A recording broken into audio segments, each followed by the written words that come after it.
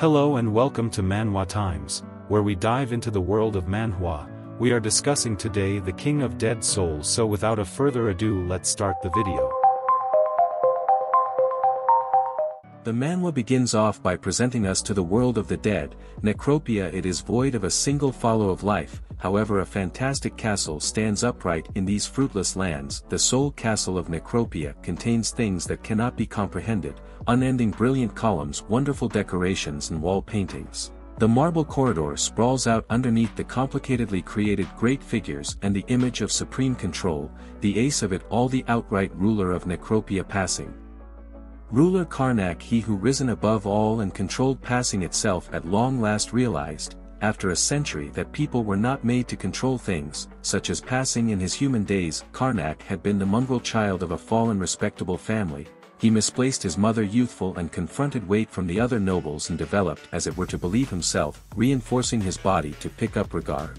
At that point he came over a illegal codex relating to magic and directed off the way of a human. Before long after, Karak drove each human within the kingdom to passing. The fourth martial lord and the three amazing mages stood up to him, but it was all medieval as he changed over them into his claimed subjects. He is the head commander of the armies of passing named Baros Karnak. Tell the gatekeepers of the world moreover attempted to halt him.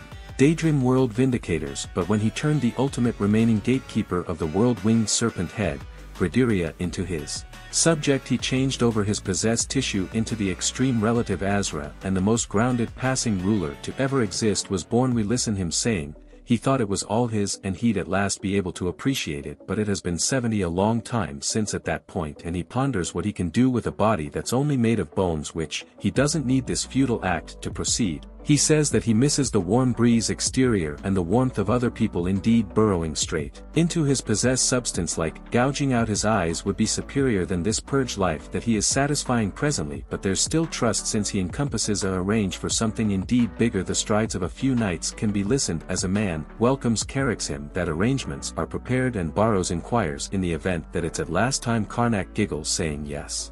Kard experiences a surge of energy as he engages with the situation, while Karnak expresses his ongoing quest to reclaim the pleasures of existence with Baros' assistance. He has explored various avenues, including vampirism and possession, yet the delights he seeks are contingent upon fulfilling the desires of the humans, which are unattainable due to their unique nature as the ultimate rose. Despite their efforts, they find it impossible to savor human pleasures, as they are not human themselves. Karnak contemplates reversing time to his earlier days, reflecting on his past as a benevolent individual. He expresses a desire to return to the moment he first acquired the mana of darkness.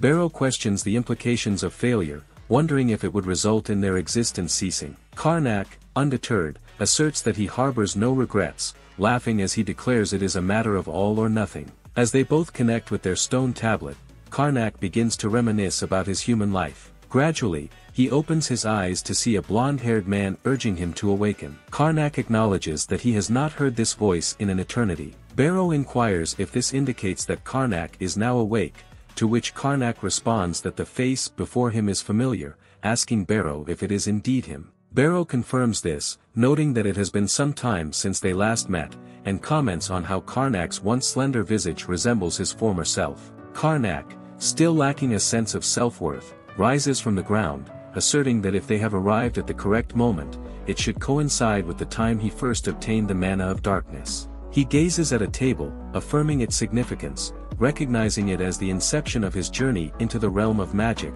guided by the knowledge contained within this codex. He decides to give it a try, snapping his fingers as a purple aura extends toward the book, enveloping it in flames. He informs Baros that he currently possesses all the control. Baros questions whether it is truly acceptable to burn this, to which Karnak affirms, recalling that despite it being a taboo under Codex, it is not of significant importance. It is merely the essentials, and it is better to be rid of it than to leave the possibility of someone else discovering it. Baros acknowledges that he has planned everything out, while Karnak appears satisfied. Baros comments that Karnak looks more handsome than usual. Karnak gazes at him, and they share an awkward silence until a rumble from his stomach breaks it. They can finally enjoy a meal and exit their small cave, excited to find something to eat. The scene shifts to a bar where Barrows is shouting at the top of his lungs about how delicious the food is. Some other patrons of the motel look at him with concern as he sits there, tearfully expressing his joy over eating bread. It is indeed Karnak, who did not expect to see him in such a state, crying and claiming he might have a heart attack, but they cannot afford to die so young.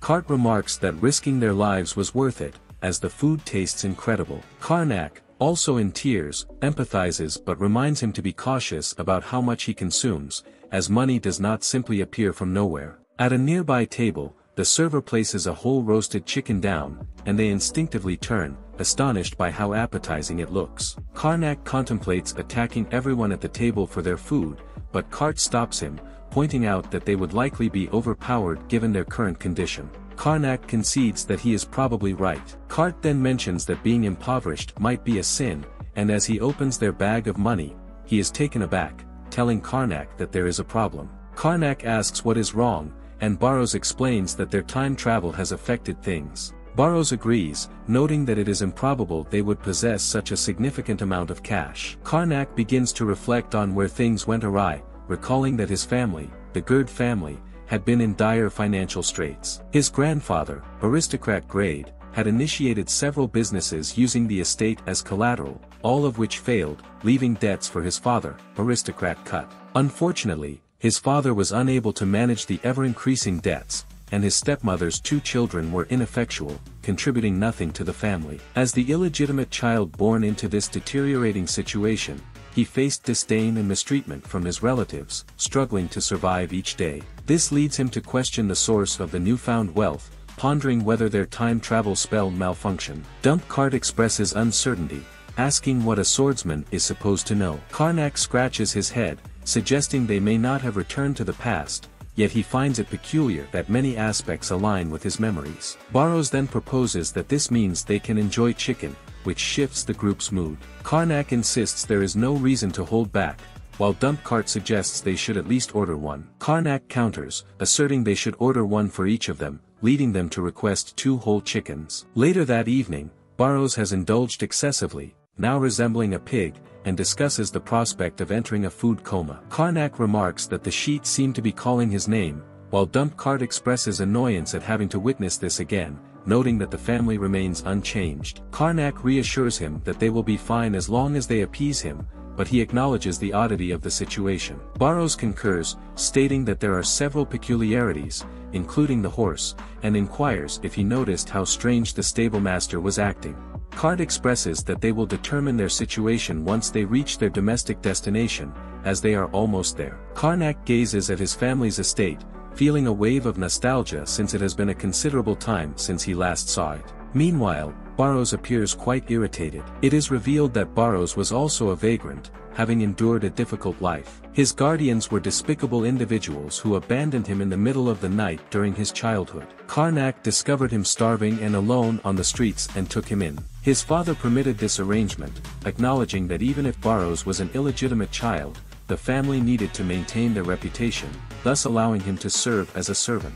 Barrows then interrupts Karnak's thoughts, directing his attention to what he claims is their former home. Karnak agrees but notes that it appears excessively lavish. Cart suggests they may have arrived at the wrong location, but Karnak insists it is indeed as he remembers. The tall brick wall, the 2-story building with a porch, and the expansive garden surrounding it all match his recollections, albeit in a much better maintained and cleaner state. Karnak wonders about the source of the funds for such upkeep. One of the guards calls out to Karnak, addressing him as young master, which astonishes him, as the guard's tone is unexpectedly welcoming. Another guard reminds him that this is not the proper way to address Karnak, and they subsequently bow, referring to him as their lord. Both Karnak and Barrows are left bewildered, contemplating the changes that have occurred. Later, a man is heard stating that it has already been 6 months since he became the head of the family while serving them tea. He inquires whether they have achieved their goal, introducing himself as Jeepel,